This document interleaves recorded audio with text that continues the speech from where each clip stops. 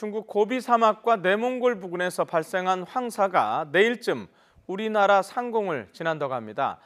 지난달 말에 발생했던 황사만큼이나 대규모라고 하는데요. 자세한 내용은 과학재난팀의 김진두 팀장과 함께 알아보도록 하겠습니다. 어서 오십시오. 네, 안녕하세요.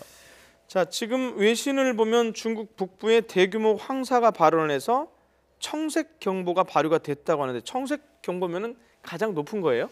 예비특보라고 보시면 예비예요? 되고, 예. 그리고 그 위가 우리나라의 주의보와 같은 황색 경보가 있고요. 네. 그 위에 이제 우리나라의 경보와 같은 적색 경보가 있습니다. 그러니까 굉장히 많은 황사가 발생을 했고 네. 곧 덮칠 터이니 예. 조심하라라는 그런 경보라고 보시면 됩니다. 예, 그러니까 계속 이제 높아지겠네요. 강해지는 단계가. 거죠. 그리고 예. 10일에서 13일까지니까 예. 오늘부터 한 나흘 정도는 계속해서 이런 황사가 이어질 수 있다라는 예보까지 같이 나와 있는 상태입니다. 10일에서 13일이면 뭐 저희하고 사실은 시차가 없기 때문에 저희도 이 11일 13일 주의할 필요가 있겠네요. 오늘 중국에 영향을 주기 시작했으니까요. 예. 넘어오는데 보통 서해를 건너오는데 하루 정도 걸리거든요. 예. 그런데 우리나라는 내일부터 영향을 주는 거죠. 자, 구체적으로 지역을 좀 설명을 해주시죠. 어느 지역에?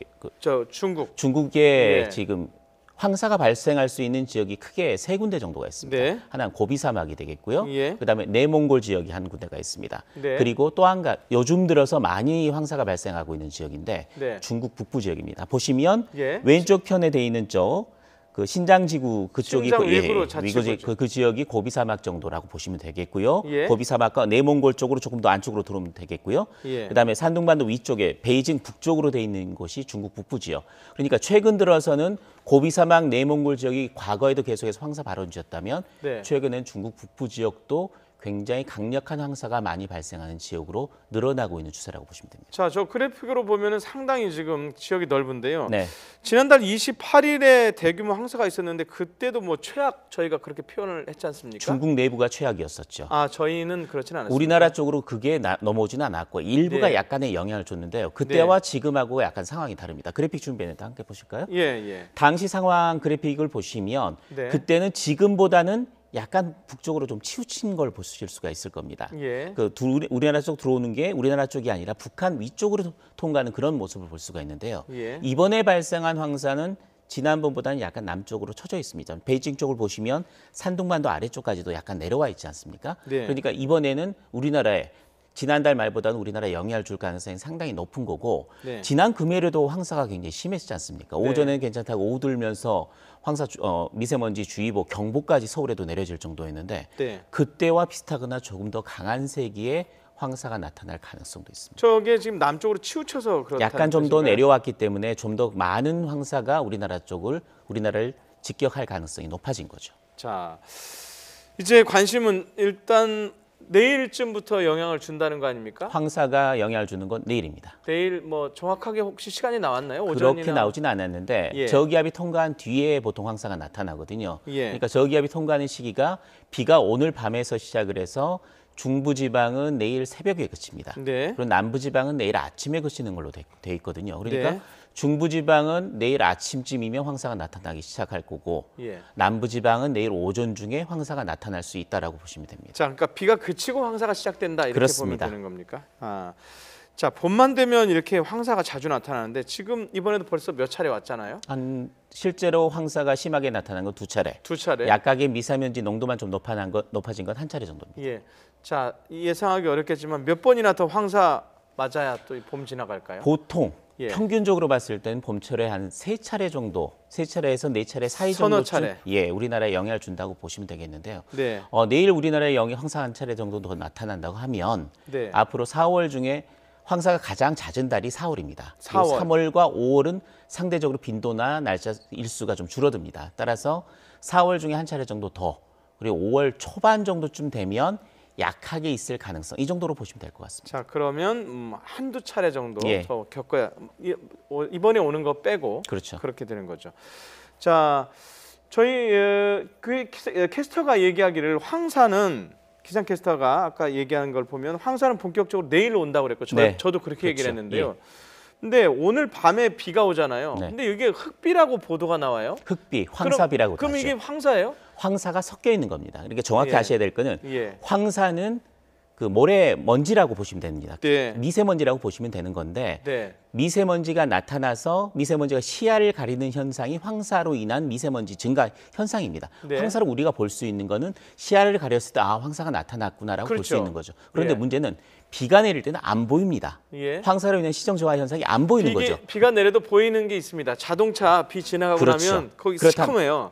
원래 예. 황사가 발생하려면 상승기류가 있어야 되거든요. 예. 그 상승기류라는 건 저기압입니다. 네. 저기압이 통과하면서 상승기류 때문에 모래먼지가 날려 올라와서 예. 그게 이동해서 오는 거거든요. 예. 그런데 그 저기압이라는 건 비를 뿌리는 게 저기압입니다. 예. 먼지가 올라갔을 때 저기압과 통과할 때 그 안에도 황사가 섞여 있는 거고요. 네. 그때 시야를 가리지는 않지만 황사가 비와 함께 같이 내리면서 황사비, 흑비가 되는 거고요. 네. 그리고 그 비가 지난 뒤에는 그 뒤에 떠있던 황사들이 본격적으로 영향을 주면서 시야를 가리는 황사 현상이 나타나는 겁니다. 자, 정리를 하면 본격적으로 내일 뭐 새벽이나 아침에 비가 그친 다음에 황사가 본격적으로 영향을 끼치는데 그 전에 내리는 비 속에도 황사가 섞여 그렇습니다. 있으니까 조심해야 된다는 거죠. 그렇죠.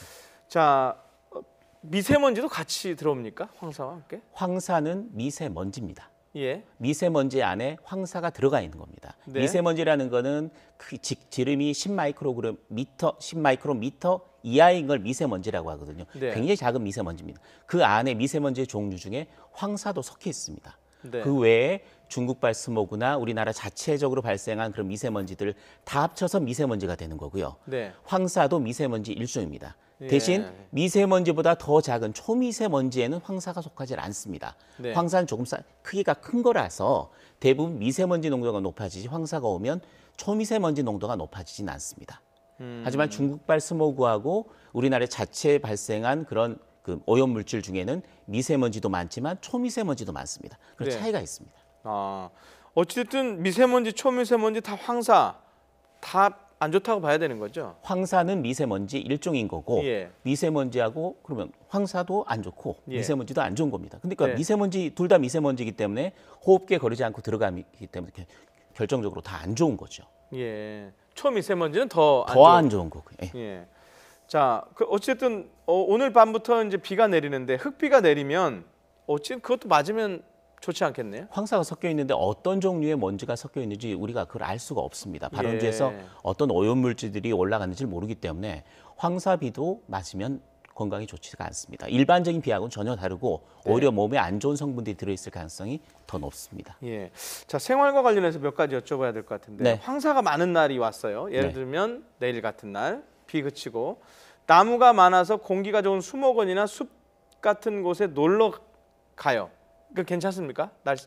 괜찮지 않습니다. 예. 그러니까 일반적인 도시 지역에 있는 것보다는 나무가 없는 지역보다는 농도가 조금 낮아질 가능성은 있습니다. 네. 하지만 그래도 평소보다도 농도가 높은 거죠. 일반적인 도심의 평소 지역보다도 농도는 높은 상태입니다. 미세먼지는 다 와서 나무가 흡수하거나 이러지는 않는 거거든요. 그러니까 네.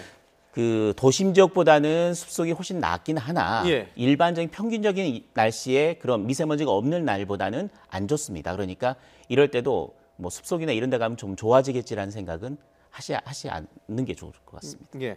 자, 황사가 오면 뭐 웬만한 분들은 다 마스크를 써요.